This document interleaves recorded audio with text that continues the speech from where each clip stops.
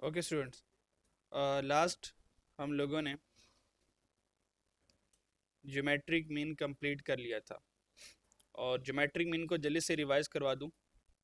Geometric mean में हमने दो फार्मूलाज पढ़े थे, एक रॉ डेटा जो कि विदाउट फ्रीक्वेंसी डिस्ट्रीब्यूशन होता है, सिंपल वन, और फिर हमने लॉगरिथम मेथड से देखा था और फिर हमने ये कंक्लूड किया कि लॉग से और सिंपल से दोनों से आंसर सेम आता है, तो एग्जाम में we will only use the simple method. फिर हमने कहा अगर हमारे डाटा में फ्रीक्वेंसी आ जाए तो फिर हम x1 to power f1 into x2 power f2 ये वाला फार्मूला यूज़ करेंगे, और अगर वो एंटी लॉग से कह दे तो फिर भी मैं सिंपल वाला ही फार्मूला यूज़ करूँगा। मैं एंटी लॉग का फार्मूला एक वाला कभी यूज़ नहीं करूँगा जब तक कि वो मुझे समीशन f log x ये बना बनाया ना दे दे। ठीक हो गया? अच्छा, फिर आगे चलें। फिर हम लोगों ने कहा कि अगर परसेंटेज आ जाए, जैसे कि मैंने ये क्वेश्चन सॉल्व किया था, अगर परसेंटेजेस का एवरेज आ जाए तो हमने कहा ज्योमेट्रिक मीन फाइंड करेंगे, तो हमारा ज्योमेट्रिक मीन का एवरेज आता है 116। पर उसने सवाल में इंक्रीज पूछा था, एनुअल इंक्रीज पूछा था। इंक्रीज कितना हुआ भाई? 100 से ऊपर कितना गया हूँ मैं? 16 तक गया हूँ, 16.62% ऊपर गया ना 100 से, तो ये मेरे क्या हुआ? इंक्रीज। मान लो मेरा आंसर आता 92%, तो क्या होता? कितने परसेंट? 8%। 100 से ऊपर इंक्रीज, 100 से नीचे डिक्रीज। फिर हमने देखा कि अगर ज्योमेट्रिक मीन में नेगेटिव नंबर आ जाए तो हम नेगेटिव वैल्यूज को देखते साथ ही कह देंगे इम्पॉसिबल टू कैलकुलेट। और फिर क्वेश्चन नंबर 18 में, और अगर जीरो आ जाए तो ज्योमेट्रिक मीन भी क्या आता है? जीरो आता है। क्लियर हो गया? ओके। फिर ज्योमेट्रिक मीन के आपको एक क्वेश्चन होमवर्क में भी दिए थे मैंने, क्वेश्चन नंबर 12, 13, 14, 15, इन तीनों के मुझे आंसर बताएं क्या आते हैं। 12 का आंसर बताएं क्या आता है? 4.56, बहुत अच्छे यार। 13 का 27.46, 27.46, 46 भी सही है, 5 भी सही है, ये वाला भी सही है, और किसी ने अगर 27.5 लिखा है सर ये भी सही है, कोई इशू नहीं है। 14 वाला 13.67, 68 सब सही है, बहुत अच्छे यार। एंड द लास्ट 15 वन, ये लिखा हुआ है यहाँ पे 12.91%। इन क्वेश्चंस में किसी सिंगल बच्चे को कोई problem, any problem to any single one? अच्छा जी, now move onward. We have done question number 16, 17, 18 in a class. Now move to the next mean, that is the weighted mean. Weighted mean, weighted mean हम इस्तेमाल कब करते हैं? सबसे पहले ये देखते हैं। अच्छा, हमें पता चल गया सारे कॉमन एवरेजेस के लिए अरिथमेटिक मीन होगा, स्पीड के एवरेज के लिए हार्मोनिक मीन, पॉपुलेशन के एवरेज के लिए, परसेंटेजेस एवरेज के लिए ज्योमेट्रिक मीन। डन हो गया? अच्छा, अब आ गया वेटेड मीन। वेटेड मीन कब इस्तेमाल करेंगे? When we use weighted mean, example से समझाता हूं।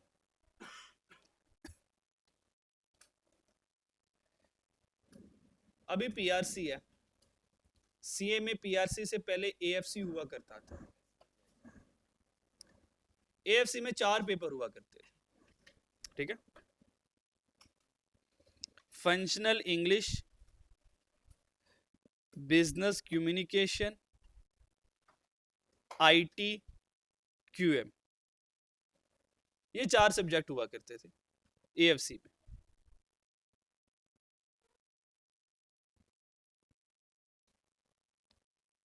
क्लियर? अच्छा, फाइनल मॉक हुआ, फाइनल एग्जाम हुआ कॉलेज पे ही, अभी आई कैप का नहीं हुआ। मान लो एक बच्चे के मार्क्स आए, उसने फाइनल मॉक दिया और फाइनल मॉक में फंक्शनल इंग्लिश में उसके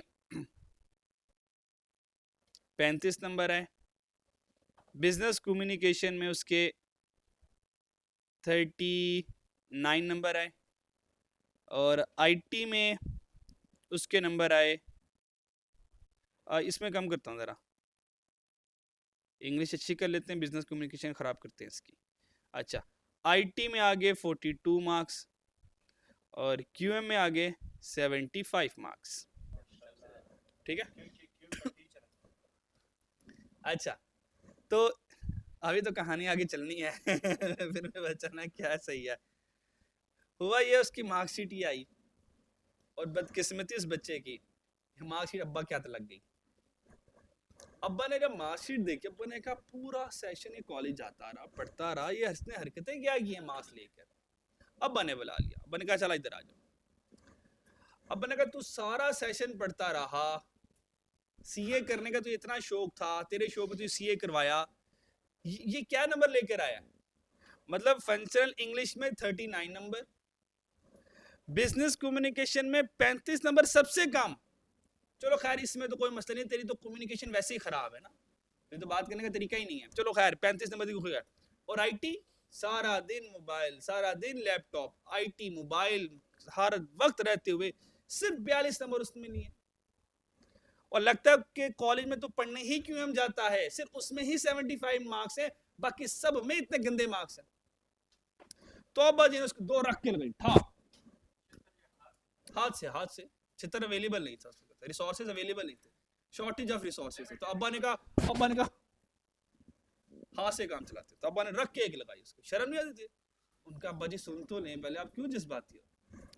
उनका ये जो मार्क्स आए हैं, इन सारे मार्क्स की वेटेज अनइक्वल है, अभी वेटेज अनइक्वल है।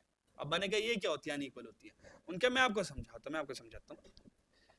अगर आपने मेरी वैल्यूएशन करनी है तो इक्वालिटी के ऊपर करें, इस सारे डाटा को पहले परसेंटेज में कन्वर्ट करें, सारा डाटा इक्वल पर आ जाएगा, फिर हम देखते हैं किस में कम मार्क्स है किस में ज्यादा मार्क्स है, फिर उसके बाद आपने जो मारना होगा मार लीजिए, मुझे कोई टेंशन नहीं है। ठीक है, तो मैं रेडी हूँ। तो अब्बा ने कहा बात समझ नहीं, उसने बच्चे ने कहा हाँ भाजी देखें, ये जो पहले वाले 3 पेपर है ना, पहले वाले 3 पेपर है, ये तीनों तो 50 में से नंबर आते हैं इनके, और इसके नंबर 100 में से आते हैं, इसके नंबर 100 में से आते हैं। यानी कि क्यूएम की वेटेज डबल है, क्यूएम की वेटेज डबल है, यानी कि सारे 50-50 नंबर के हैं, क्यूएम 100 नंबर का था, यानी क्यूएम उनसे डबल वेटेज का, यानी कि इस वक्त अनइक्वल वेटेज चल रहा है। तो अब मैंने कहा चलो अब प्रोग्राम मारने का बना लेते हैं। बस से नहीं, अब नहीं, अब मैं आपको पूरी कैलकुलेशन दिखाऊंगा। हम क्या करेंगे, इनकी वेटेज को इक्वल करते हैं, फिर देखते हैं कि मैंने मार खानी है या नहीं खानी। जरा अगर हम परसेंटेज में कन्वर्ट करें, करते हो जरा परसेंटेज में, 39 डिवाइड बाय 50 इंटू 100, जरा इसको परसेंटेज में लेके जाए सारे को।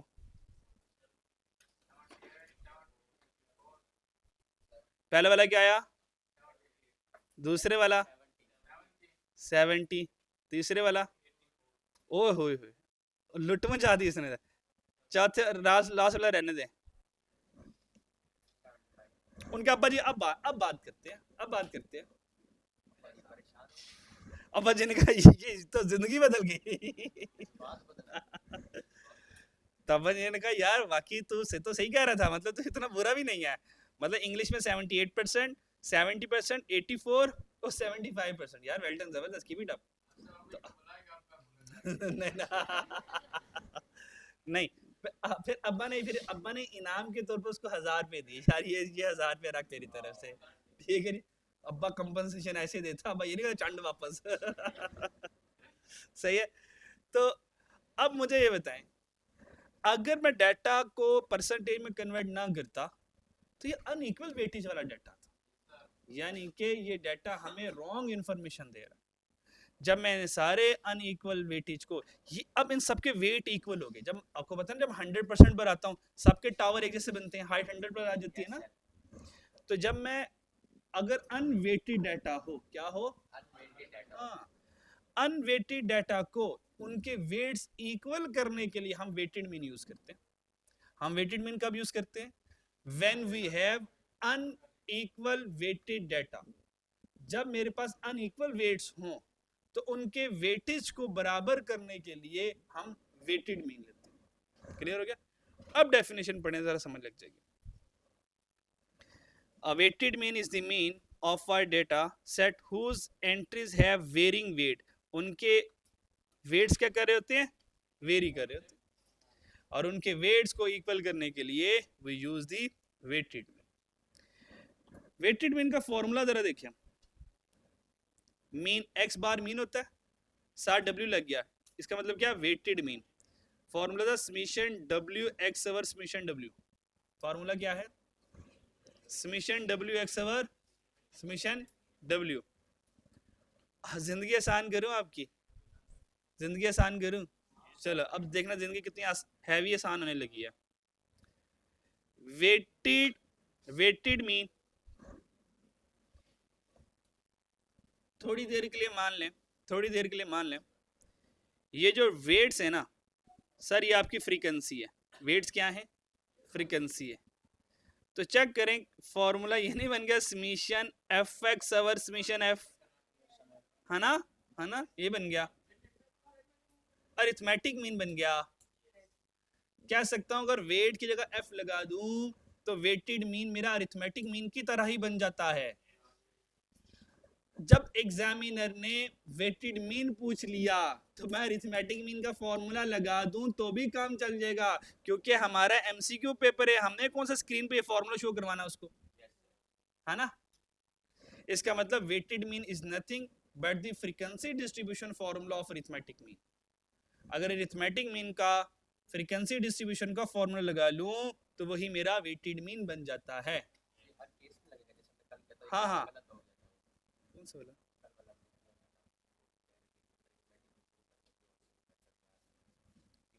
नहीं कर सकते ना। हाँ, यानी कि हर वेटेज के ना डिफरेंट आंसर आने हैं। इसका ये एग्जैक्ट आएगा, ठीक है, क्योंकि हमने कहा W जो है फ्रीक्वेंसी की तरह बिहेव करेगा। तो देखिए बिल्कुल समीशन एफ एक्स और समीशन एफ बन गया। क्लियर? अच्छा आगे चलते हैं। ये है नहीं है, मैंने आपको सिर्फ आसानी के लिए बताया ताकि आपके लिए नया के फॉर्मूला याद आपको रखना ना पड़े, ठीक है जी। अच्छा अब क्वेश्चन सॉल्व करते हैं। क्वेश्चन सॉल्व, मैं ये वाला क्वेश्चन सॉल्व करवा रहा हूँ, ठीक है। अच्छा अब आपके पास जो ओरिजिनल डाटा बन गया, सर ये तो मैंने आपको समझाने के लिए बात कर दी ना। अब इसका जो डाटा बन गया वो डाटा ये है, दिस इज द डाटा। अब इसको, इस डाटा का हम क्वेश्चन सॉल्व करते हैं अभी। और अभी एक लम्हे में इंशाल्लाह आंसर आ जाने हैं।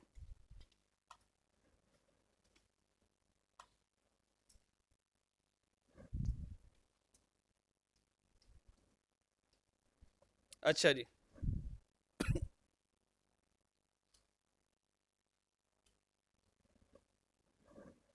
ये मेरा क्वेश्चन है, ठीक है। एग्जामिनर ने ये क्वेश्चन दिया है। एग्जामिनर ने आपको मार्क्स दे दिए हैं और साथ परसेंटेजेस दे दिए हैं और साथ सब्जेक्ट्स दे दिए हैं। एग्जामिनर ने कहा find weighted mean. What examiner said?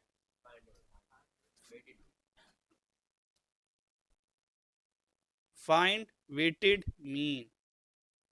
Examiner ने कहा वेटेड मीन फाइंड करते हैं। हमने कहा यार सबसे पहले वेटेड मीन का फॉर्मूला, आपने कुछ नोट नहीं करना, मुझे सुनते रहे बस। आपने सबसे पहले लिखा वेटेड मीन का formula summation W x over summation W। आप कहेंगे यार एक कॉलम बनाना पड़ेगा, वो कॉलम ये है समीशन W एक्स वाला, समीशन W एक्स वाला। ये परसेंटेजेस जरा याद रख लीजिएगा, जरा इसको साथ साथ मिला लेते हैं। ये मेरा क्वेश्चन आ गया, ठीक है। अच्छा ये मेरा क्वेश्चन आ गया। अब आंसर के लिए सबसे पहले मुझे क्या करना पड़ेगा? W और X को क्या करना पड़ेगा? मल्टीप्लाई करना पड़ेगा। एग्री करते हो?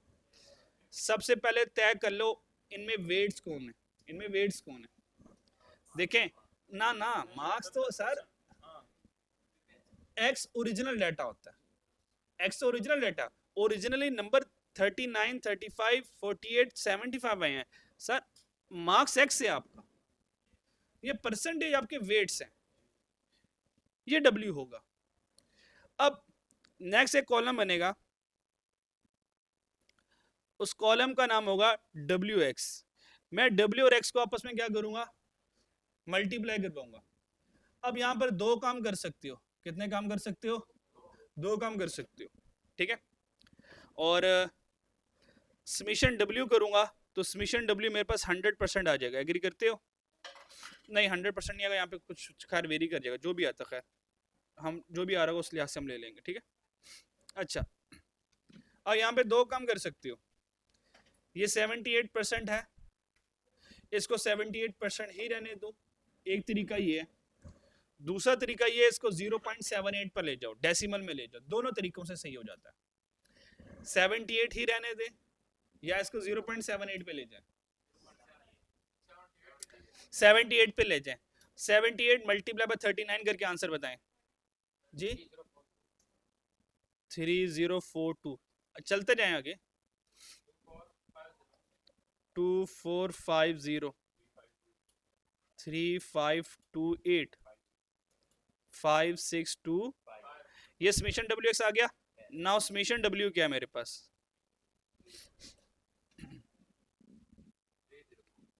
307 आ गया, 307 आ गया। यहाँ तो कोई प्रॉब्लम किसी बच्चे को नहीं? Sir putting the values in the formula, so what is